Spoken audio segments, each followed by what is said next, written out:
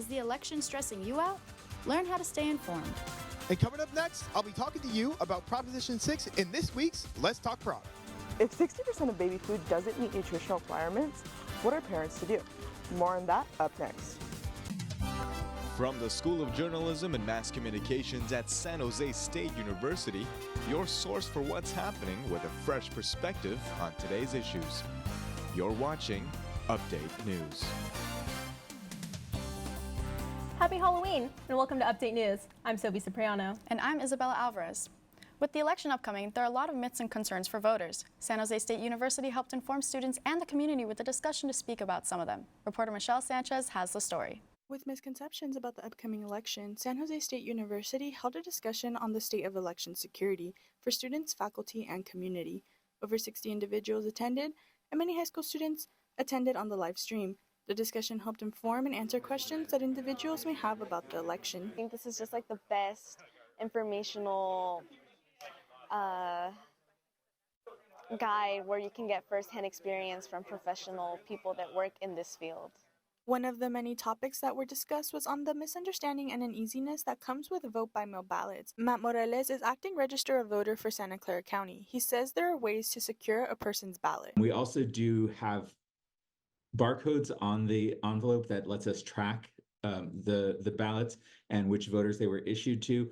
That lets us check them back in. There is also a focus on the misinformation and disinformation that may be going around. Make sure that you're getting information from trusted sources, so that's like official government outlets or nonpartisan, established long-term organizations. SJSU professors also note that if someone is questioning information, there are sites that can help. If they want a really good nonpartisan information source, we send them to a source called Vote 411, and it's done by the League of Women Voters, and they can just enter their address. With the election around the corner, it is important to keep yourself informed. Don't hesitate to go vote early or send in your mail-in ballot. In San Jose, Michelle Sanchez, Update News. Is it your first time voting? Yeah, I'm a little nervous. For many SJSU students, this upcoming election could be their first time voting. November 5th is Election Day, and I went out to see how San Jose State students are preparing and to get tips for the big day. With Election Day fast approaching, election season is in full swing. The last day to register to vote was October 21st, and people have started to receive their mail-in ballots and information on the election. The upcoming deadline leaves some SJSU students wondering how they can be prepared to vote. SJSU Votes is a nonpartisan initiative under the Institute for Public Affairs and Civil Engagement in the SJSU Department of Political Science. They paired with Pi Sigma Alpha to have an early voting day event. I went to see what students are doing to prepare for the election and how they felt about voting. I'm making sure that social awareness is being put up about voting, about the issues, and about the candidates, and see where the position stands and which one is the best choice. Your vote is your voice. And we think it's incredibly important that we get people out there, especially college students, because college students are less likely to vote. Dr. Mary Curran Percival is the advisor for SJSU Votes. The mission of SJSU Votes is just to encourage nonpartisan voter registration, mobilization, education, and other civic engagement opportunities. During the event, students wrote notes to poll workers and filled out their election ballots. They also helped other students make a plan on how to vote. Other organizations also have resources for students on how to make their election day a success. The Santa Clara County Registrar of Voters has some tips for you. It's very important for people to make informed decisions about who they want to help lead them in the next 4 years. If people don't get out to vote, they're just letting other people vote for them.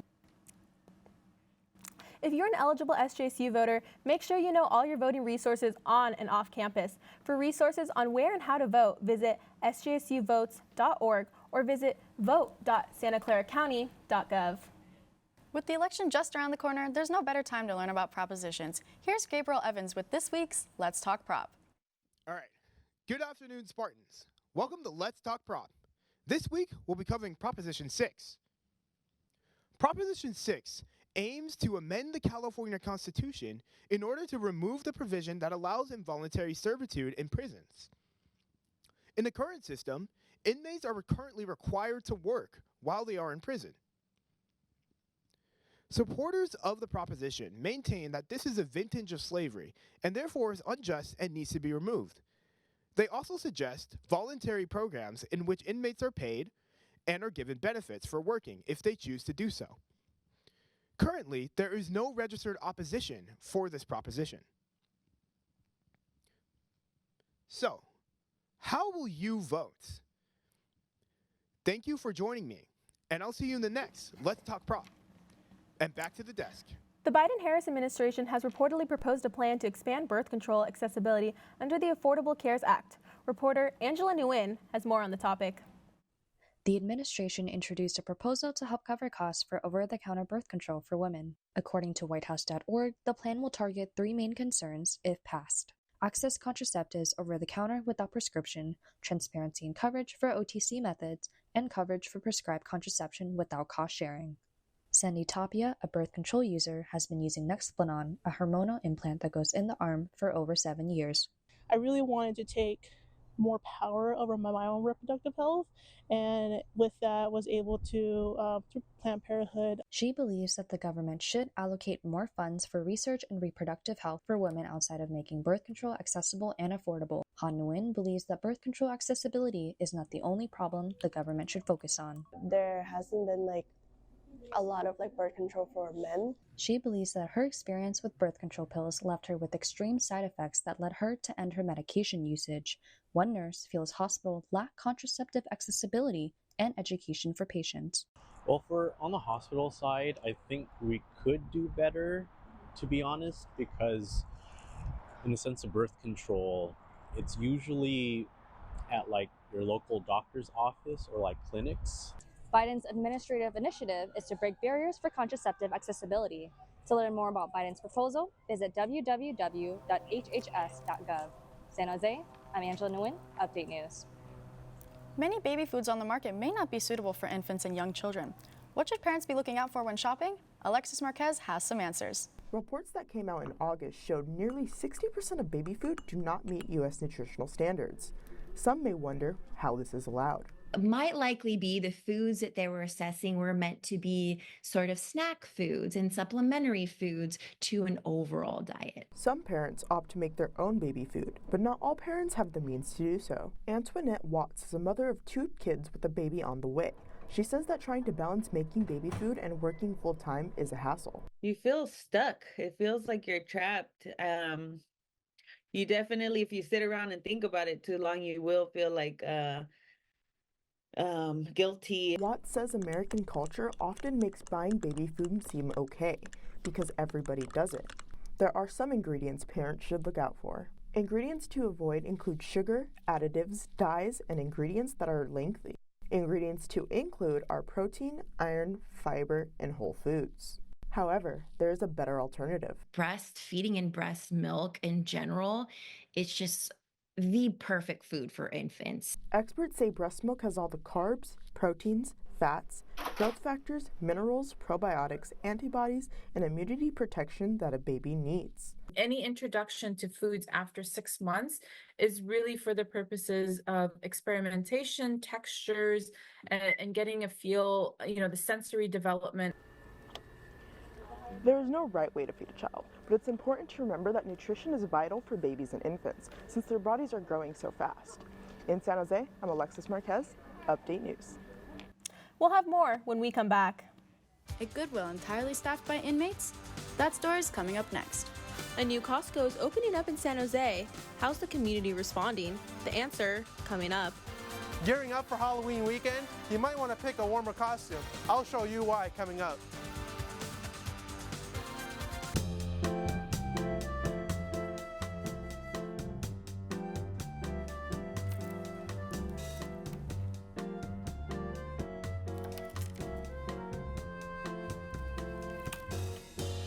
A Goodwill store in Milpitas jail is giving incarcerated women a fresh start in retail while finishing their sentences. It's a first-of-its-kind program that has never been done before. Reporter Tyler Flipson has the story. Behind me here is the Elmwood Correctional Facility. Inside the facility is a brand new Goodwill store where clothes, shoes, and other goods will see a second chance at life hitting the shelves. A lot like the women within inside the store, you get the opportunity to volunteer there, where they seek a second chance in our society. Over a year ago, the Santa Clara County Sheriff's Office approached Goodwill asking for clothing donations for their women inmates being released. It was then the two decided to partner up to create this program. We also wanted to translate it to our mission, which is to transform lives through the power of work. to allow them to get the job training and skills that will translate to the outside world, but they also can come to Goodwill and get a job as well.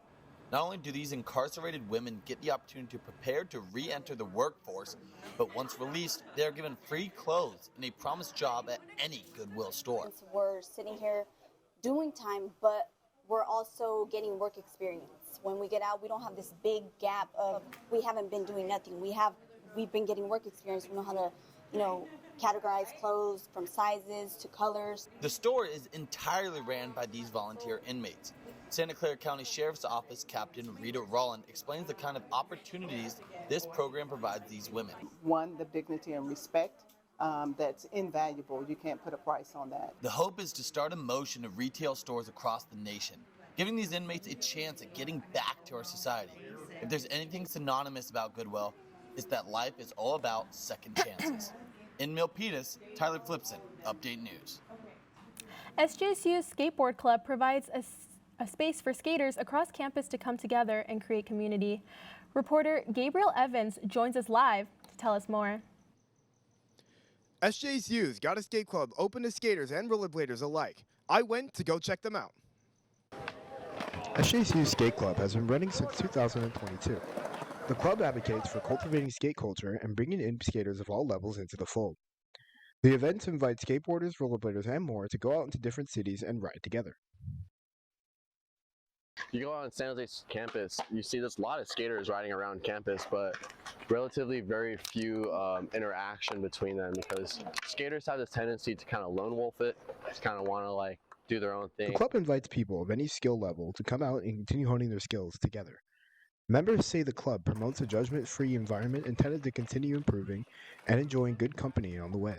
The best thing is when you're skating with other people, because skating alone is almost, I don't know, I don't like to skate alone, and it's just such a vibe with other people. There's no attendance taken or note of who shows up to events. Ian says that it can be hard for anyone to learn how to skate when around others that are more experienced and knowledgeable. And honestly, I would say getting more of the girls to come out. Because there are a lot of girls on campus who skate and ride a skateboard, but it's usually a little more intimidating, unfortunately. The club continues to steadily attract students who are new to the sport. I think skateboarding in general is a pretty challenging sport. I would say one of the challenges is just being consistent and getting out there. Going to the skate park for your first time as a beginner can definitely be scary. But that's why I joined the club, to meet other people who skate. It's kind of a way to find a community. SJSU hosts skate club trips across the Bay. They invite students all over to join. And if you'd like to find out if you're interested in joining, join SJSU Skates on Instagram. So, where do you skate? Live in San Jose, Gabriel Evans, Update News. The San Jose City Council unanimously approved a Costco location in West Valley. Many residents have expressed their feelings about it. Reporter Larry Larkin has the story. This is where a new Costco warehouse is proposed to be, and it's been made possible thanks to approval by the San Jose City Council. San Jose City Council members unanimously voted on October 22nd to approve a new Costco warehouse in West Valley at the Westgate West Shopping Center. This project aligns not only with the mission of enhancing economic opportunities, but revitalizing key commercial locations. The City Council approved the Costco despite community members that have advocated for the City Council to vote no. There are several reasons why residents are against Costco at Westgate West. One of them includes traffic congestion that may become worse if Costco opens. It is too big a store for this tight, small location. Too crowded. We don't need it. We don't want it. What you see in blue is the location of where Costco will be built. Residents are concerned about traffic congestion through the Country Lane neighborhood. Another issue is regarding traffic congestion and safety given its location across Lawrence Expressway from Prospect High School in Saratoga. San Jose Vice Mayor, who is a member of the City Council representing West Valley, spoke about the plan to address the concern. One of the things that I've asked Costco is that when the study is done and there are impacts, that they would pay for whatever calming measures needed to be made for the area. Update News reached out to Costco and received no further comment. There is no estimated timeline on when construction would start. In San Jose, Larry Larkin, Update News. You might need a jacket tonight for trick-or-treating. I'll just stay inside, thank you very much. Mohammed Najimi will tell us what to expect from the weather this week. Hi, my name is Mohammed Najimi, and welcome to your 7-day forecast. Your costumes tonight will need a slight change, as we'll be seeing a taste of winter in October as temps turn chilly with a cold wind at times. There will also be ongoing chances of rain throughout the week, so make sure to have those warm jackets on while trick-or-treating.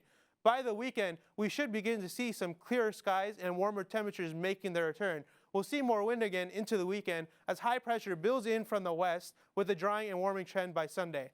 If we took a look at the rain estimate around the bay this weekend, more rain will fall on the North Bay, but there will still be some rain showing up in the south. In Santa Cruz, cooler temps will be around in the weekend as we see 61 on Friday as the highest and 47 at the lowest, with Sunday being 67 and 47. In Oakland, temperatures will be similar with 65 and 50 on Friday and 72 and 51 on Sunday. In San Francisco, it'll still be the same pretty much, 63 and 49 on Friday, and a little warmer on Sunday, 68 and 50. In San Jose, we should see clearing and warming conditions toward the end of the weekend as well. On Friday, it should look at 67 and 50, and a lot more warmer at 73 and 49. This has been your Halloween weather forecast. I'm Mohammed Najimi, back to the desk. We'll have more in just a moment. How can the horror genre be used for civil progress? I'll tell you in just a moment. A nonprofit is helping those down on their luck get back on their feet. Stay tuned to find out how. As you can see, this is what I'm going to be for Halloween. I went around campus to find out what other students were going to be in this week's State of the Spartan. Mihoy, mihoy!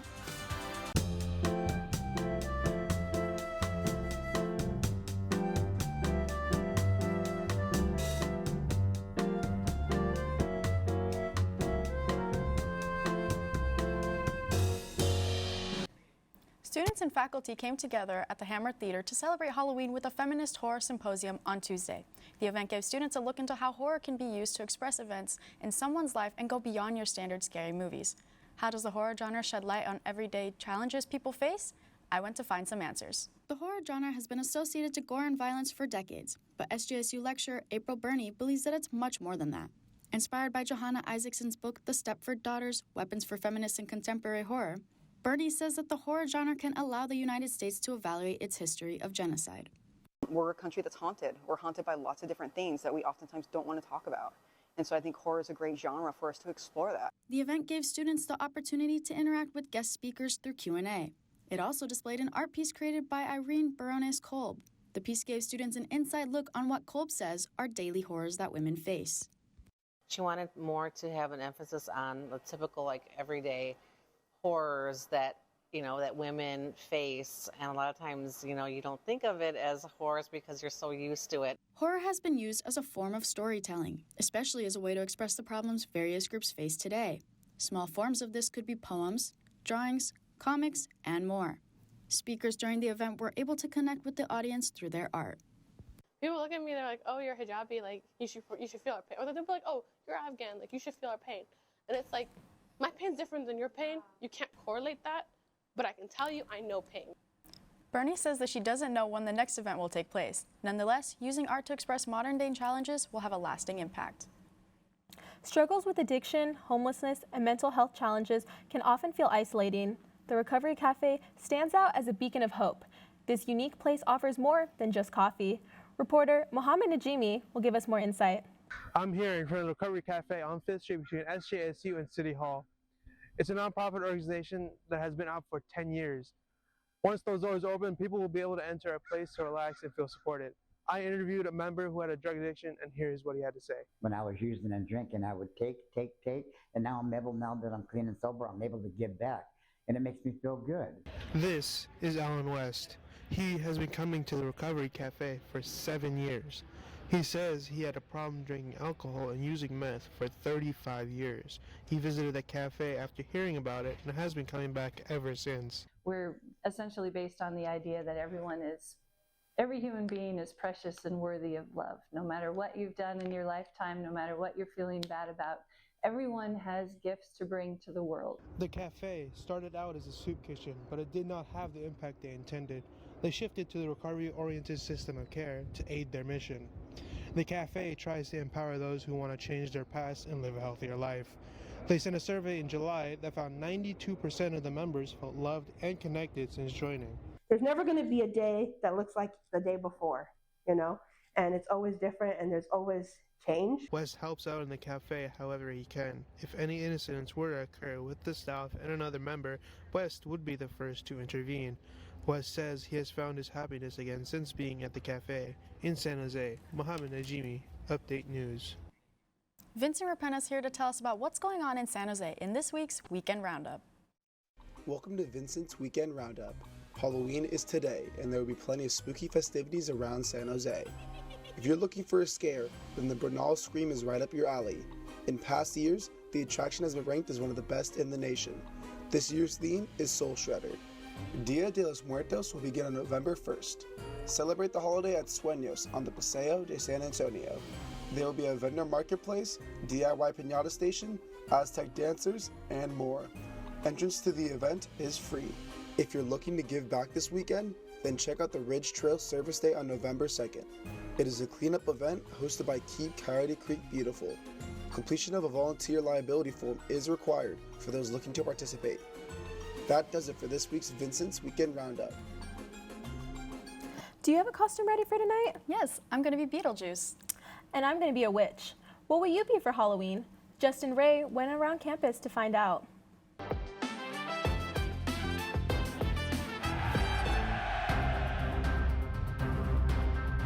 Being Poison Ivy, and my dog has a little Batman onesie, so I wanted him to be Batman and I'd be Ivy. I'm gonna be Orange Blossom from Strawberry Shortcake. I haven't seen that around that much, so I'm gonna wear a lot of orange. So I'm dressing up as a Dallas Cowboy cheerleader. I'm gonna be Dexter, that's for sure. I already have the costume and everything. Be Winnie the Pooh, a onesie Winnie the Pooh. So on Thursday, I'm planning on being a Fortnite default character. I think I'm gonna go ahead and dress up as, Hidan from the Akatsuki.